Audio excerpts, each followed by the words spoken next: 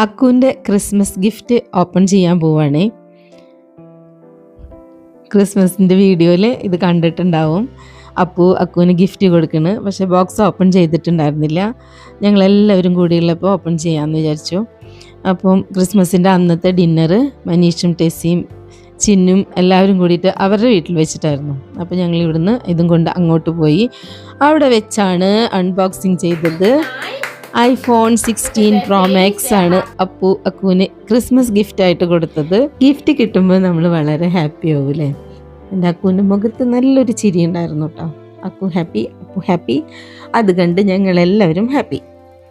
ക്രിസ്മസിൻ്റെ വേറെ വീഡിയോസൊക്കെ ഇട്ടിട്ടുണ്ട്. അപ്പോൾ അതെല്ലാവരും പോയി കാണുക, അഭിപ്രായങ്ങളൊക്കെ പറയാം.